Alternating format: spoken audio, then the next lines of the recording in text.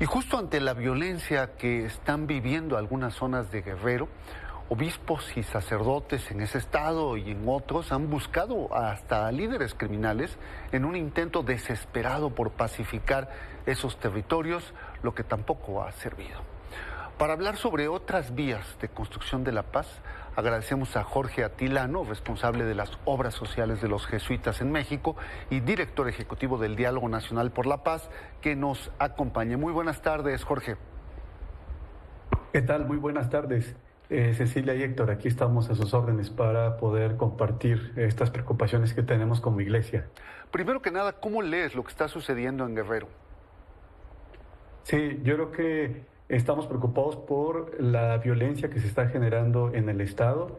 Creemos que es una situación de emergencia donde tanto gobierno, iglesia, sociedad civil, academia necesitan reflexionar para comprender lo que está pasando y ofrecer respuestas pues a la altura de las circunstancias. Es lo que estamos observando. Como experto, ¿qué nos puedes decir respecto a la situación que se está pasando, el proceso de pacificación, incluso con pandillas tan violentas como las maras de Centroamérica? Sí, lo que vemos es que el hacer una tregua o hacer alguna negociación sucede en situaciones de emergencia, cuando vemos que se tiene que evitar el asesinato, evitar la muerte, el homicidio, pero que la clave para nosotros está en crear condiciones de institucionalidad para alcanzar la paz.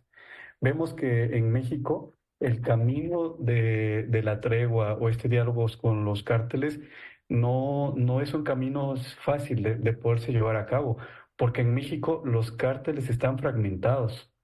Los cárteles tienen mucho arraigo social y sus economías están muy diversificadas. Eso hace complejo una negociación o llegar a algún tipo de acuerdo. Yo creo que en la historia del país ha habido distintos momentos de querer hacer treguas, pero actualmente por la fragmentación que se tiene, para mí es muy difícil encontrar la paz por ese camino. Y yo diría más como desde lo que estamos haciendo como iglesia, que la apuesta de la iglesia para construir la paz no es este diálogo con estos grupos, sino recuperar la institucionalidad del país.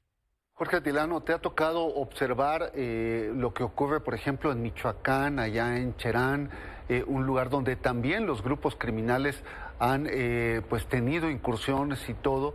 Y tú has hablado también de otras maneras de construir la paz. Platícanos sobre qué se puede hacer para reconstruir el tejido social y que no sea solamente por medio de pues balazos, ¿no?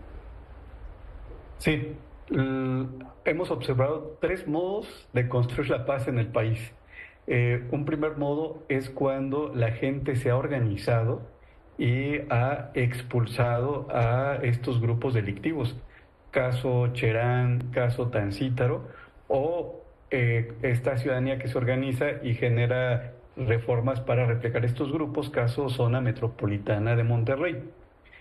Otro caso es cuando llega un buen director de policía, que apoyado por su presidente municipal, logran limpiar la policía y generar un proceso de fortalecimiento de la institucionalidad local, sea el caso de Nezahualcóyotl o el caso de Chihuahua o el caso también de Saltillo. Pero tenemos otros casos donde bajar índices delictivos se ha logrado porque han llegado a construir acuerdos entre grupos delictivos. Yo creo que son los tres modos en que en México se ha alcanzado la paz. Yo veo que ahora el contexto en México es más complicado porque tenemos comunidades muy desorganizadas, tenemos territorios desorganizados y eso hace difícil que esta vía de que comunidad se pone de acuerdo, pone límites, esa vía creo que está siendo complicada, aunque algunas zonas se ven obligadas y hacen, pero no perduran estos procesos. El otro caso de que llegue un buen director de policía y un buen presidente municipal, creo que la elección es una oportunidad para elegir, para que se pueda construir una ciudadanía que sea consciente y que sean estos candidatos que puedan ayudarnos a construir la paz del país. Y la tercera vía por la negociación, creo que por la fragmentación, veo difícil que se logre construir la paz por ese camino.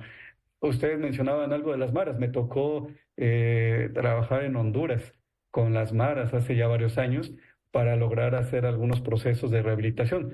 Pero sí, lo que se hizo allá era otra situación, y lo que ayudó más bien fue a estos jóvenes que querían salir de la pandilla, llevarlos a otros contextos para que pudieran sobrevivir. Bien, bien, Jorge. ¿Consideras tú, y pido tu opinión respecto a esto, por lo que nos dices de que no se ha logrado controlar y nos das pues ahí algunos puntos de vista, ¿consideras que las Fuerzas Armadas no han controlado la situación hasta el momento y que el sistema de justicia queda rebasado ante esto? Sí, es lo que observamos. La apuesta de la Iglesia a partir del Diálogo Nacional por la Paz han sido en 3 líneas. 1, fortalecer el tejido social. 2, necesitamos repensar el sistema de justicia. Y 3, repensar el sistema de seguridad. En el tejido social es donde vemos que como sociedad civil y como Iglesia podemos aportar más para rehacer significaciones comunes, lograr generar la participación y la organización. En el sistema de justicia, pues se necesita fortalecer las capacidades de investigación. Yo creo que ahí está la clave.